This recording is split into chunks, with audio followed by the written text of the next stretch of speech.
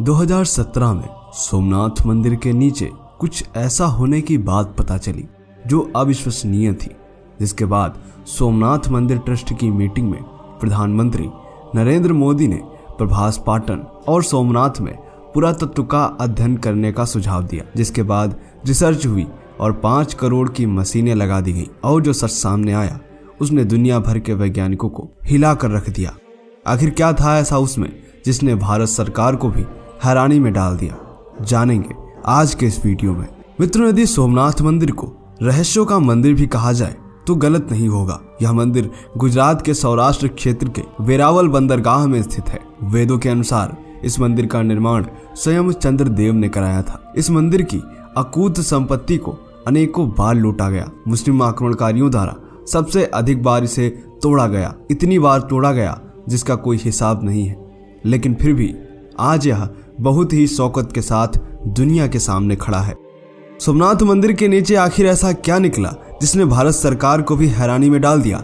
यह बताने से पहले आपको हम यह बताते हैं कि सोमनाथ मंदिर के ही प्रांगण के दक्षिण में समुद्र के किनारे एक स्तंभ है जिसे बाण स्तंभ कहा जाता है, जो बेहद ही प्राचीन है। लगभग 6वीं शताब्दी से बाण स्तंभ का उल्लेख इतिहास में कई पुस्तकों में देखने को मिलता है। इसका मतलब ये है कि उस समय भी यह स्तंभ वहां मौजूद था, तभी तो इसका जिक्र किया गया है। लेकिन ये कोई नहीं जानता कि इसका निर्माण कब हुआ था, किसने कराया था और क्यों कराया था।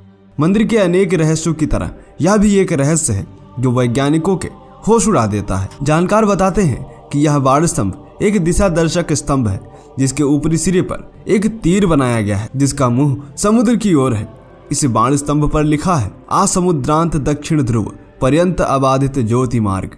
इसका मतलब ये कि समुद्र के इस बिंदु से दक्षिण ध्रुव तक सीधी रेखा में एक भी अवरोध या बाधा नहीं है। कहने का मतलब ये है कि सीधी रेखा में कोई भी पहाड़ या भूखंड का टुकड़ा नहीं है। अब जो वैज्ञानिक सनातन धर्म की महानता नहीं मानते, उन वैज्ञानिकों के लिए सबसे बड़ा सवाल यह है कि आखिर उस काल में कैसे लोगों को यह जानकारी थी कि दक्षिण ध्रुव कहाँ है और धरती गोल है। कैसे उन लोगों ने इस बात का पता लगाया होगा कि जिस जगह पर सीधी रेखा मिलती है वहां ज्योतिर्लिंग स्थापित है, जिसे भारत के 12 ज्योतिर्लिंगों में पहला माना जाता है। यह वैज्ञानिकों के लिए आज भी रहस्य है जिसका जवाब किसी के पास नहीं है। अब बात करते हैं सोमनाथ मंदिर के नीचे दफन रहस्य के बारे में। आज तक की रिपोर्ट के अनुसार IIT गांधीनगर के कई एक्सपर्ट्स के जरिए 5 करोड़ से भी ज्यादा लागत की बड़ी बड़ी मशीनें यहाँ लगाई गई थी, जिसमें अलग अलग इलाकों में इस मशीन के जरिए रिसर्च की गई। पहले GPR टेक्निक, रडार और मेटल डिटेक्टर का भी इस्तेमाल किया गया और अचानक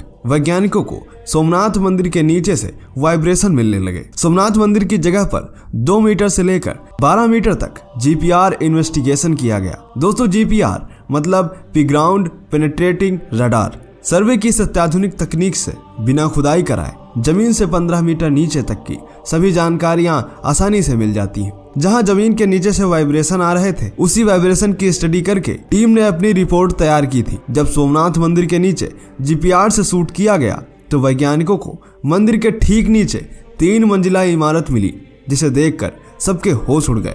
यहाँ भूगर्भ में 3 मंजिला इमारत होने की बात सामने आई है, जिसमें पहली मंजिल 2.5 मीटर, दूसरी मंजिल 5 मीटर और तीसरी मंजिल 7.5 मीटर की गहराई में है।